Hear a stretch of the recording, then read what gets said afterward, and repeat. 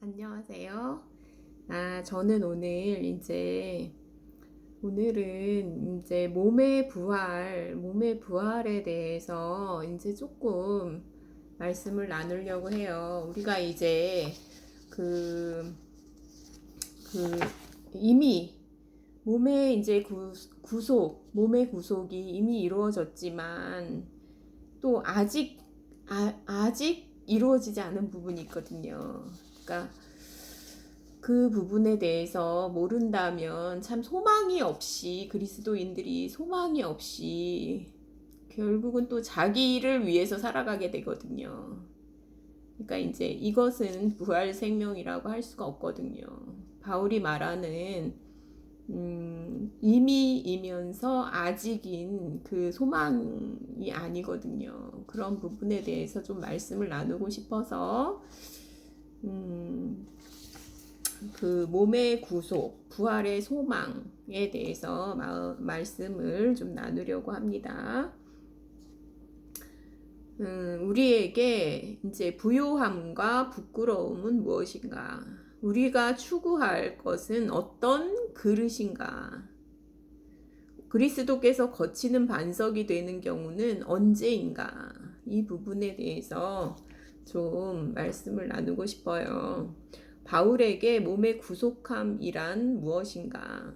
바울의 삶 전체는 예수님의 십자가와 부활에 기초한 종말적 신앙의 삶이었어요. 그러니까 천국을 바라보는 삶이었어요. 그에게 몸의 구속함의 소망이 없었다면, 몸의 부활의 소망이 없었다면, 그는 이 땅에서 힘을 낼 수가 없었을 거예요. 그리고 그렇게 살 수가 없었을 거예요. 그러니까 몸의 부활, 물리적 천국을 바라지 않는 것은 신앙이라고 할 수가 없어요. 바울의 사역은 시작하기에 앞서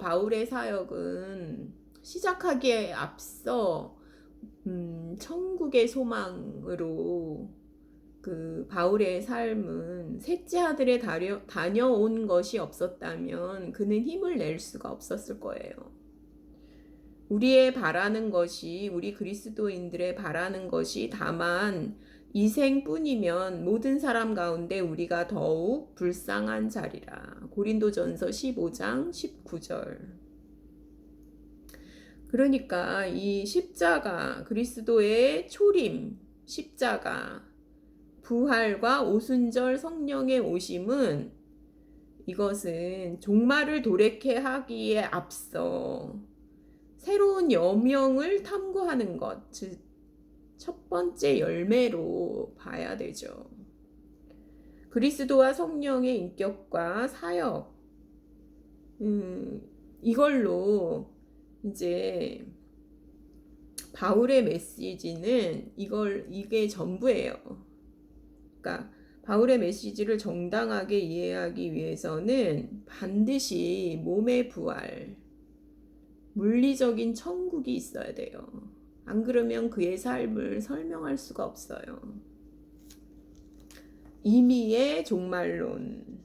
바울의 종말론은 그의 다른 신학과 마찬가지로 예수님의 십자가와 부활에 기초해요. 예수님께서 메시아라는 사실로 인해 바울은 자신이 가졌던 이전의 유대교적인 구속사적 이해를 전면적으로 교정하게 되었어요. 그리고 새로운 눈으로 이제 바라보게 되었어요. 바울은 부활의 메시아이시고 그의 백성에게 메시아적 구원을 가져다 준 예수님이 이렇게 오셨고 부활하셨다면 무언가 바뀌는 게 있다고 생각을 했어요. 예수님의 부활과 승천을 통하여 이미 주님은 메시아적 통치에 돌입하셨다고 봤어요, 바울은. 이게 이제 사도행전 13장 30절부터 41절에 나와 있고요. 고린도전서 15장 23절, 25절에 나와 있고요. 골로새서 1장 13절에 이 부분이 나와 있죠. 그리고 현재 지금은 부활의 주님이 그의 원수를 발등상으로 삼기를 목적해서 다스리시는 시기라고 봤어요. 예수님의 부활로 말미암아 이미 시작되었고 예수님의 부활은 모든 성도의 부활의 첫 열매가 되었다라는 것을 바울이 다 표현해 주고 있어요. 고린도전서 15장 21절에서 23절. 그리스도의 부활은 단지 과거적이며 고립된 것이 아니에요. 이것은 선지자 요엘이 예언한 영의 부으심이 이미 시작되었고 이것이 몸의 구원, 몸의 구속의 날까지 약속이 완성될 것을 보증하기 위해서 보증서죠. 보증하기 위해서 인침과 보증으로 성령이 성도에게 부어진 것이라고 바울이 표현했어요.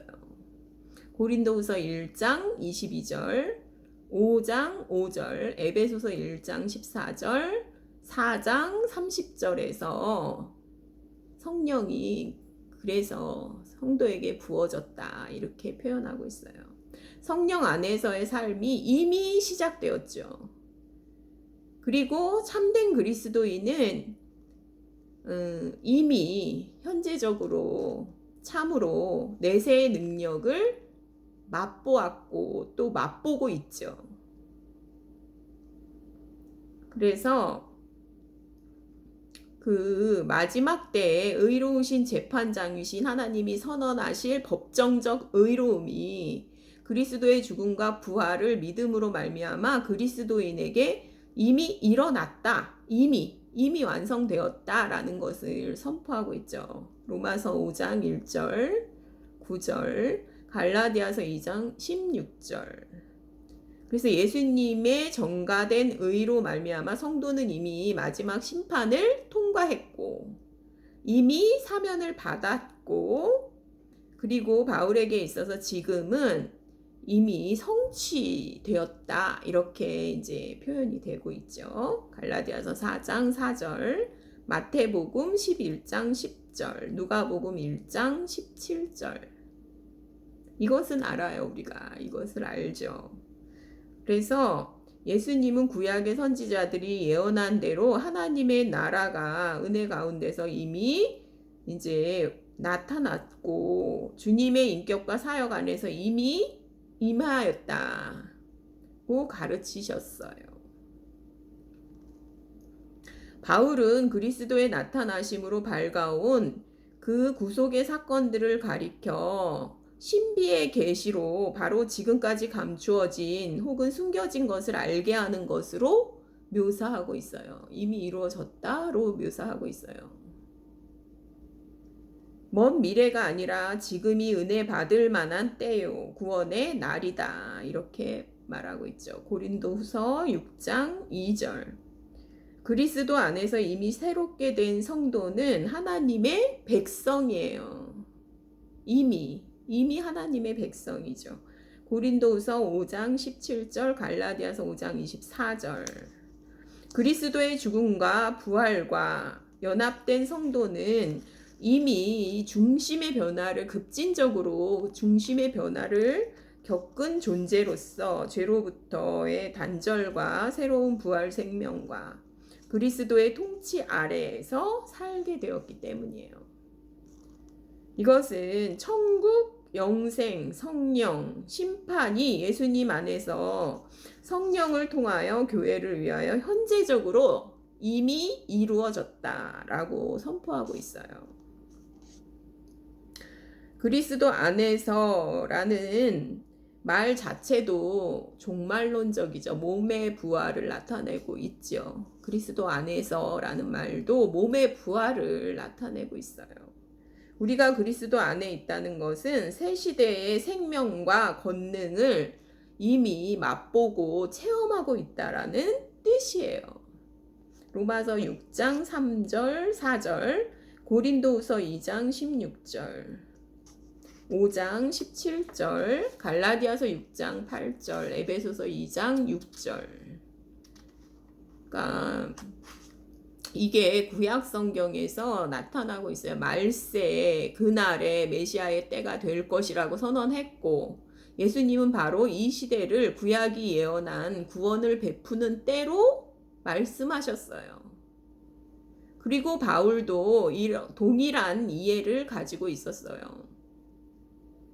이것은 바울의 종말론은 주님의 최종 재림만을 언급하는 것이 아니라, 바울의 종말론은요, 하나님의 나라가 이미 왔다, 이것을 말해주고 있어요. 그 다음에 아직의 종말론이 있죠. 또 아직의 종말론, 몸의 부활이거든요. 몸의 부활은 아직 안 이루어졌거든요. 우리는 여기서 멈출 수가 없다. 바울의 종말론 중에서 아직 아니의 측면도 간과할 수 없다. 바울은 현재적으로 그리스도의 구원의 사역이 생명과 오는 세상, 몸의 부활을 가져오셨다고 밝힌다. 그러니까 앞으로 올 세상을 가져오셨죠. 안 그러면은 그런 게 있을 수가 없죠. 골로새서 2장 14절 이하로 그걸 나타내고 있고요. 그 결과 흑암의 권세에서 하나님의 사랑하시는 아들의 나라로 옮긴 바 된 성도는 현재적으로 새 생명의 영적 부활을 경험할 뿐 아니라 그리스도와 함께 하늘에 앉아 있다, 이렇게 표현하고 있죠. 로마서 6장 3절 4절, 에베소서 2장 6절, 골로새서 1장 13절. 동시에 성도는 육체의 부활과 온 우주의 미래적 부활을 기다리고 있어요. 몸의 부활은 아직 이루어지지 않았죠. 로마서 8장 10절 11절, 18절 22절, 고린도후서 4장 16절 18절. 바울은 성도의 육체의 죽음과 주님의 재림 때 발생할 육체의 부활 사이의 중간 상태에 대해서도 간접적으로 언급을 하고 있어요. 중간 상태가 있다는 거죠. 빌립보서 1장 21절 23절에서 바울은 차라리 세상을 떠나서 그리스도와 함께 있는 것이 현재적 상태보다 훨씬 더 좋은 일이고 그렇게 하고 싶다고 고백하고 있죠. 중간 상태에서도 현재 성도가 가지고 있는 동일한 자의식을 갖고 있을 것이라고 얘기하고 있죠. 고린도후서 5장 1절에서 10절에서는 바울은 중간 상태에 대해 좀 더 구체적인 정보를 제공해요. 8절에서 차라리 몸을 떠나 주와 함께 있는 그것을 원한다는 표현은 죽음과 부활, 몸의 부활 사이에 시간을 지칭하는 것으로 보여요.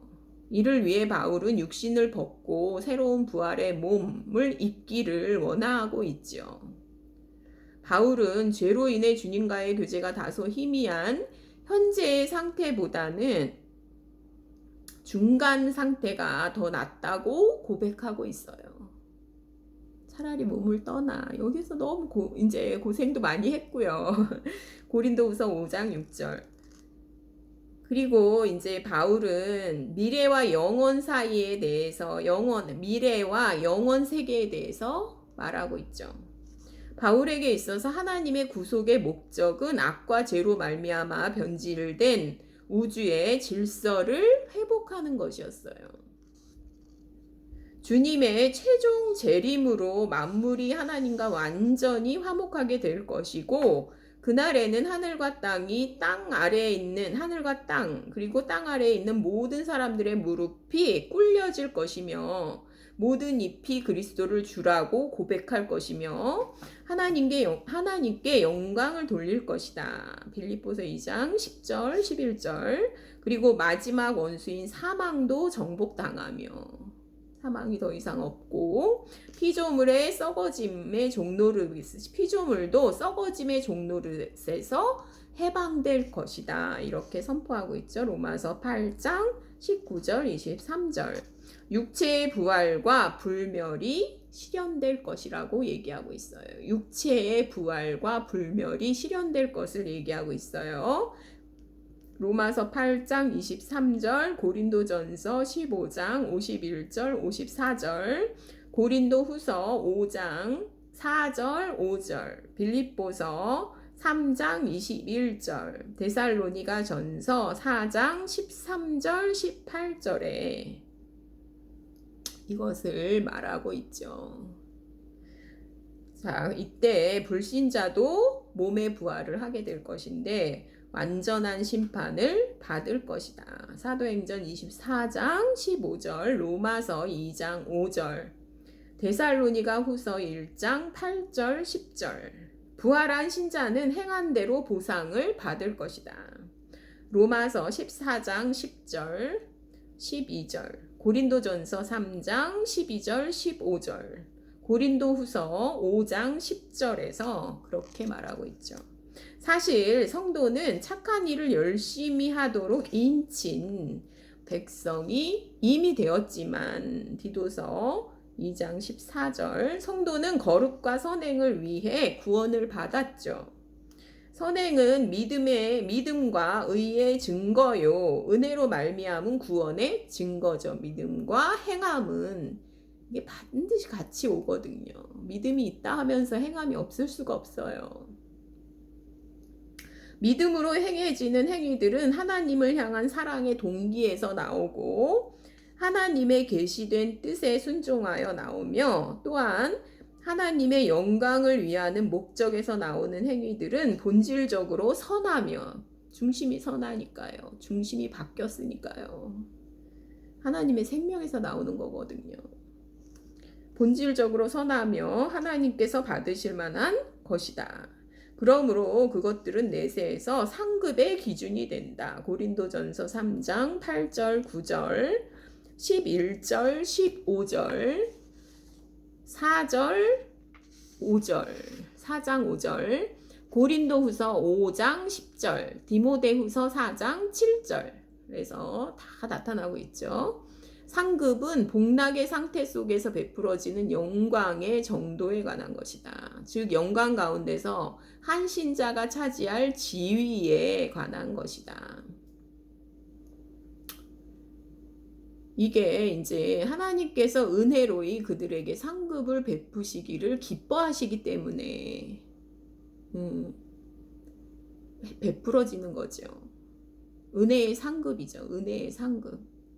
그렇게 해주셨기 때문에, 그런 삶을 살 수 있도록 해주셨기 때문에 우리가 여기에 참여할 수 있는 거거든요.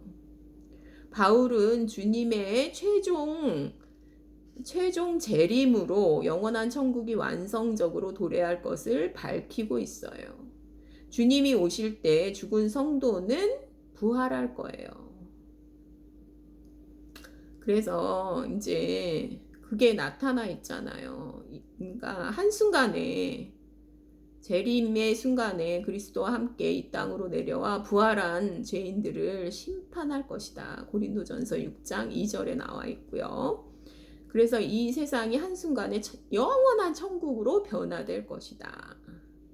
슬기로운 5처녀는 신랑을 맞으러 나갔는데 그 혼인잔치에 들어가잖아요. 마태복음 25장 1절 13절. 믿는 자는 하나님의 아들이 하늘로부터 강림하실 것을 소망 중에 바라는 자이다. 재림을 소망 중에 바라는 자예요. 몸의 부활을 소망 중에 바라는 자예요. 데살로니가전서 1장 10절. 최종 재림 때 예수님은 메시아적 왕의 직분을 하나님 아버지께 바치신다. 왜냐하면 그리스도께서 그의 사명을 완전하게 이루셨고, 그리하여 하나님의 영광이 더 이상 죄와 사망의 권세로 가려지는 일이 없이 완전하게 드러날 수 있게 될 것이기 때문이다. 영원한 천국에서 성도는 주님과 함께 있을 것이다. 데살로니가 전서 4장 17절. 그리스도를 완전히 알며 얼굴과 얼굴을 맞대어 보듯이 완전한 교제를 누려서 영원토록 하나님을 흡족하게 즐거워할 것이다. 고린도전서 13장 12절. 고린도후서 4장 17절. 이것이 하나님께서 창조로부터 변함없이 이루어 가신 목표요 구원의 영원한 계획이 완성되는 것이다. 교회의 구속을 받은 성도들의 최종적인 영광스러움은요, 이게 교회가 하나님의 최종적으로 영광이 되는 거예요. 이게 몸의 부활이요. 몸의 부활은 교회가 하나님의 최종적인 영광이 되는 것이에요. 이게 없으면 그리스도인으로서 우리가 이 땅에서 사는 것은 아무 불쌍한 자예요. 거기 나오잖아요. 그래서 사도 바울이 그걸 얘기를 하고 있거든요. 우리의 바라는 것이 다만 이생뿐이면 모든 사람 가운데 우리가 더욱 불쌍한 자리라. 고린도전서 15장 19절. 몸의 부활이 없다 하면 그거는 그리스도인들도 아니에요. 모르고 있는 거예요. 그러니까 이 소망을 가지고 사는 사람들이 이미이면서 아직인 이 소망을 가지고 사는 사람들이 그리스도인들이에요. 그것을 이제 너무 나누고 싶고요.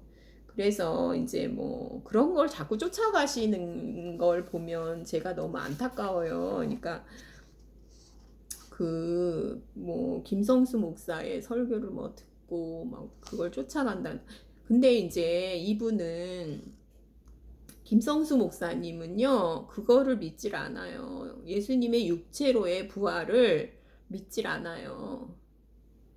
그리고 그게 이제 그냥 이제 대속의 개념이나 회개나 용서의 개념이 없어요. 그리고 존재가 그냥 소멸해 버리니까 우울한 거예요.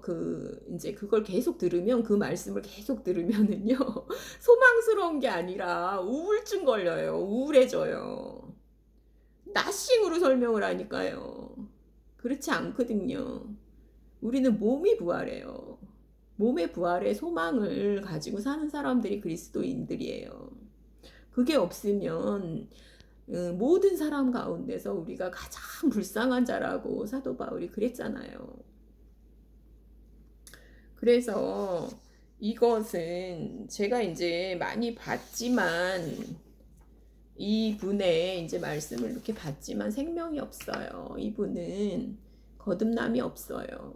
몰라요. 그러니까 아무리 지식이 많고 서울대 출신이고 아무리 훌륭해도요, 이걸 이해하지 못하는 거예요. 거듭남이 없으면 성령께서 알려주시지 않으면은요, 성령께서 우리 안에 오시지 않으면은요, 아무리 똑똑한 사람도 소용이 없어요. 그냥 학문이죠. 학문이죠. 그러니까 생명이 없죠. 그리고 이제 그런 식으로밖에 해석을 못하는 거예요. 그렇게 공부를 많이 하고 원어를 알고 그렇게 이제 뭐 인간적으로는 인격도 훌륭하고 따뜻할 수도 있어요. 근데 생명이 없더라고요. 근데 이제 그거를 이제 존경한다 하면서 그 존재의 소멸, 나싱이 되는 거예요. 그러니까 우울증 걸릴 수밖에 없어요. 그렇지 않거든요.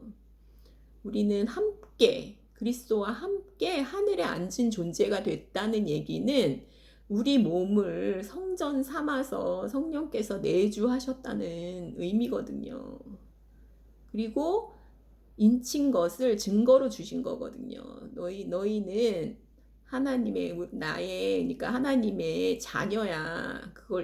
그거를 보증으로 주신 거거든요. 보증서를 주신 거거든요. 성령으로 인을 치셨다는 것은 그것을 보증으로 주신 거예요. 몸의 부활을, 소망을 보증으로 주신 거예요. 이게 부활 생명이에요. 이게 부활의 소망이에요. 그리고 예수님의 재림 때 이것이 이루어질 거예요. 그러니까 이 소망을 가지고 사는 사람들이 그리스도인이고, 그러니까 이것을 이렇게 분명하게 전하고 우리가 알고 있고, 이건 굉장히 중요한 거거든요. 지식에 의해서 믿음이 생기는 거거든요. 하나님을 아는 지식에 의해서. 이제 김성수 목사의 삶을 이렇게 제가 이제 좀 새롭게 하셔서 그거를 이제 보면서 보니까 지식을 추구하는 열심이 아니었어요. 엄청 이제 봉사하고, 그러니까 이제 그 과정에서 자아만 높아진 거예요. 자아만 높아졌다가 그거를 이제 깨달음이라 그러면서 이제 어떤 학설 같은 것을 이렇게 만들었는데, 전혀 그렇지 않아요. 제가 봤을 때는 전혀 그렇지 않고 거듭남이 없고요. 그 다음에 구속과 회개가 없어요. 회개나 용서의 개념이 없어요. 메시아로 오신 예수님을 만난 적이 없는 사람이에요. 그러니까 이제 무척 우울하고, 그리고 존재의 소멸로밖에 볼 수가 없었던 거죠. 그러니까 참 이 몸의 부활, 몸의 구속, 부활의 소망이 없으면 우리의 바라는 것이 다만 이생뿐이면 모든 사람 가운데서 우리가 더욱 불쌍한 자리라. 이 말씀 하나만 알아도 그렇게 살지는 않아요. 그러니까 이제 몸의 부활에 대해서도, 종말론적 몸의 부활에 대해서도 우리가 좀 알아둘 필요가 있다고 생각이 들어서 오늘 나눔을 가졌습니다. 감사합니다.